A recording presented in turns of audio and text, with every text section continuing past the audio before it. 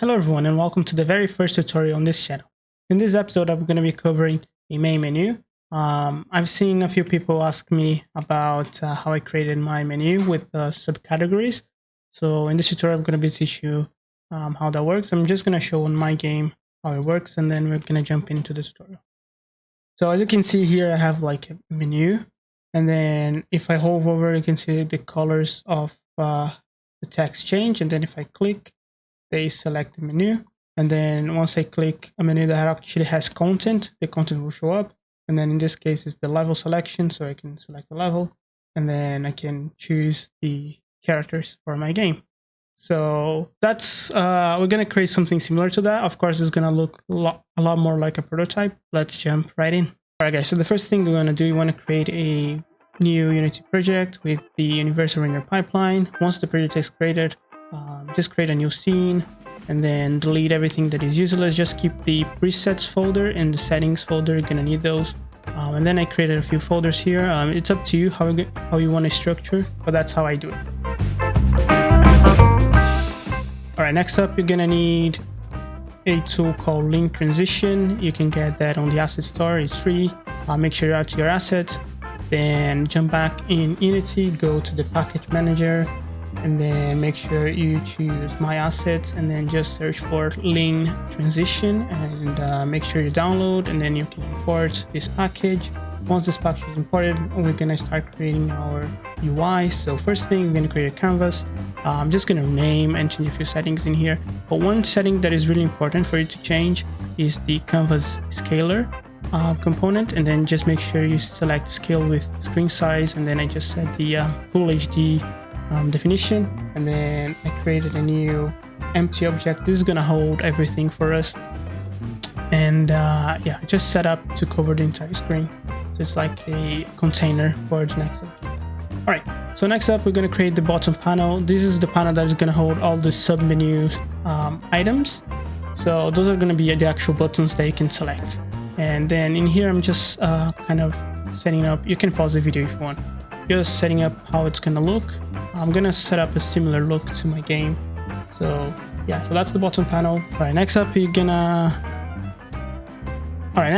add the horizontal layout group to your component. I just set to the middle center, but later I'm gonna change it again. You can set those to whatever you like. I'm gonna be changing those throughout the tutorial, so if you wanna select the settings, make sure you pause the video and just. But in this case I'm using the lower center, and then I'm using a padding from the bottom just to give a little extra space on the bottom of the screen to the actual button. And then I create the actual image, and then I add an event trigger component, and then we're gonna add a point enter, point exit, and pointer click. So those are gonna be like our hover events and our click events. The reason we want to do this is so that we can change the states of the button, and next up we're going to create the scripts that's going to do that. So I created a new script. You can name this whatever you want. This is going to be called UI widget button, and in here I'm going to define a few things. First I'm going to define the hover methods, and then I'm going to define the selection method. So I have one method for when the pointer enters the hover mode, and another one for when it exits, and one event for when the player clicks the button and is selected, and another one when the button is deselected. And then I'm gonna need a private boolean to check if the button is selected. So just create a private boolean is selected, and then I make sure to add the link transition package which we just imported to our project. Make sure to add that, you're gonna need it. And then I'm gonna create a few references here. First I'm gonna need a reference for direct transform of this component, so this is gonna be what allows us to change the size of the component.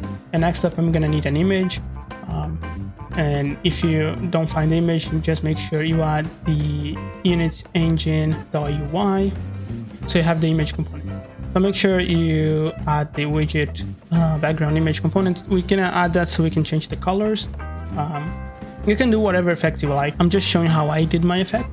And then next up we're going to define a few settings that we can control over the inspector. So background color, this is the default background color, and then we're going to have a selected background color, This is going to be when we're hovering over the object. And then there is a float that I'm going to define now, and this is called hover animation duration.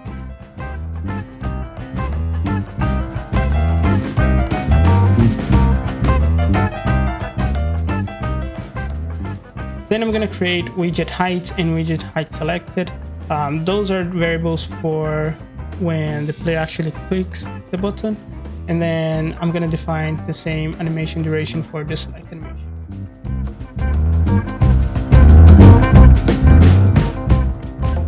So on the hover enter, we're going to make sure the button isn't selected.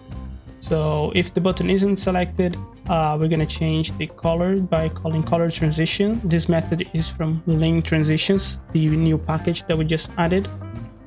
And then we're going to set our background color selected and our hover animation. And then the lean ease is how the animation is going to be played. In this case, I'm picking linear. You can pick whatever you want. So this is a enumeration, so you can pick from the list. If you use Visual Studio, you can just press dots and then you're going to see all the options. And then we're going to do the same thing on the hover exit, and then we're going to jump right into selected. So when we press the select, we want to make sure our selected or is selected variable is true. And then in here, I'm just defining the new change of size. So I'm increasing the height of the button. And this height is going to be defined on the inspector as we created a variable earlier on.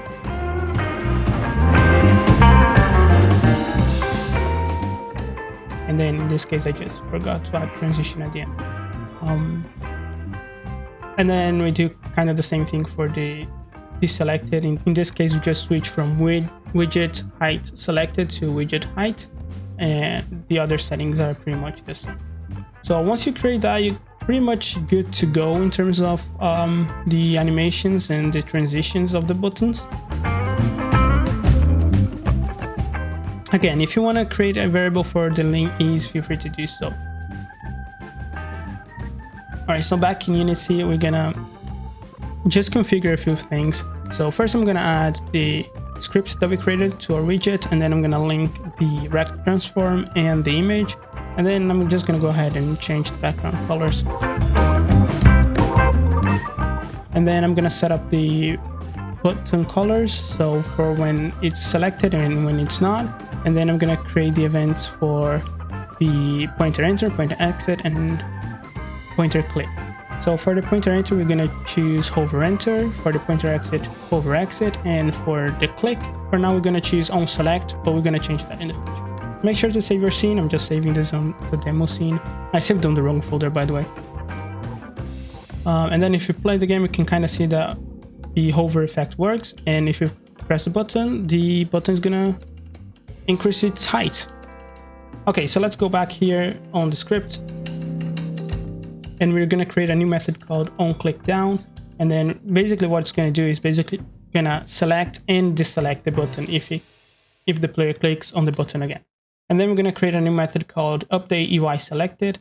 And then I'm just gonna create this method down here.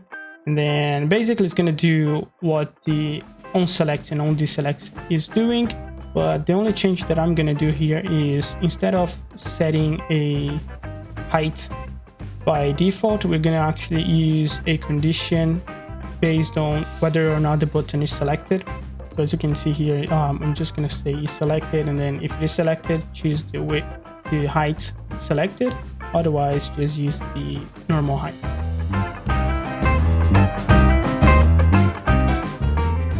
Okay, so we just need to make sure we call the same method on select and on deselect, so that we can update the UI whenever we call those methods too. We're gonna need that for later.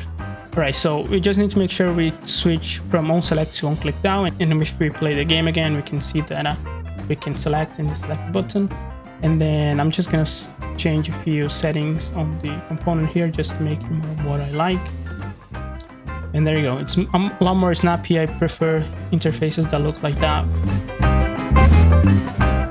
Next up, we're going to create a new object. This is going to be our top panel. This is going to be the panel that actually holds the content. So you can, again, if you want to see the settings in terms of design, you can just pause the video. You can create them however you like. This is just how I created mine. Right, so next up is creating the actual content panel. So this is the panel that is actually going to hold the content for the subpanel. And then we're going to create a text.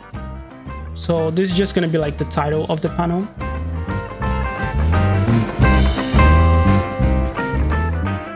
And then in here, I'm creating a new panel to kind of hold all this information. So I'm calling content 1, which is going to be like the panel for the button 1. And then, as I said, this is going to be the title. The text mesh pro is going to be the title, and then the panel content is going to be whatever you want it to be. In this case, I'm just going to leave it empty. And then I'm just renaming the buttons so they match the panel. So make sure I index them right.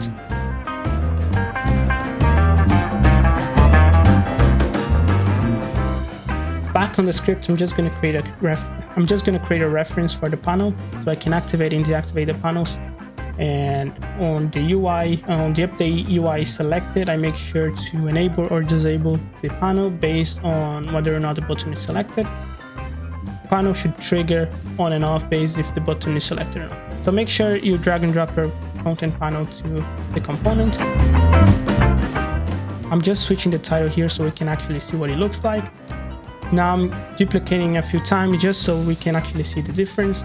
And I remember that on the widget script, we can actually call the update UI selected on the start method, so we can deactivate all the panels once they start the scene, so we don't have any activated panels beforehand, which is different from what I do in my game, but that's because that's the behavior I wanted. Okay, so I created 3 panels and 3 buttons here, so make sure you link them properly. Each panel has to be linked to the correct button, and then you can kind of see in here the buttons working. So you might see that the button doesn't deselect the other one, and in order to do that, you just need to make sure on the pointer click you actually call the onDeselect methods for the other button. So you need 2 extra events, and make sure you select the other 2 widgets and call onDeselect. So as you can see here, I'm quickly doing this. So for example, if you press button 1, you want button 2 and 3 to be deselected. If you press button 2, you want button 1 and 3 to be deselected, and so on. So just make sure you call those methods. All right, lastly, what I do is I update the hover state because I don't want the hover state to be updated. I don't want the hover state to be selected when the button isn't selected. So make sure you create this method as well so you can have more consistency. So basically this is the same as the update UI selected, but for the hover state. So in this case, I just called the update hover state on the update UI selected to match the isSelected state. So if the button is selected, then the hover is going to be selected. If the hover is not selected, then we don't want the hover state to be selected. This is just to fix some visual glitches. You don't have to do this, but I like to have the menus polished. So as you can see, everything seems to be working fine. The last thing I'm going to do, I'm just going to add a new panel on top of this panel, just to kind of tell which button is which content. This is the same as I do with my game. So you can just create a panel like this. It's going to always stick to the top of the button. So even if you increase the height, it's going to always be the same height and stick to the top of the button.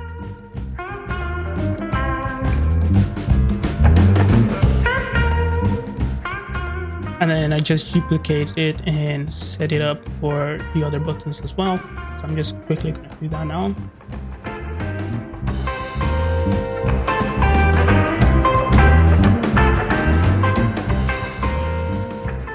There you go, it's all set up, and as you can see now, if you play the game, you should be able to select all 3 buttons, and if you click on them, they should show the content for the right panel.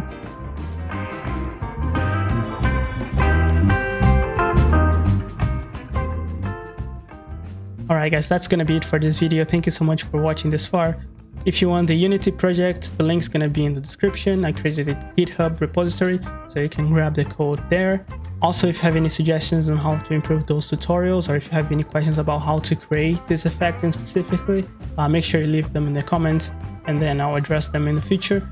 I'm also thinking of expanding this series, so if you have any suggestions on or topics that you want me to cover, feel free to drop them in the comment section as well. All right guys, that's it. Thank you again, and I'll see you in the next one.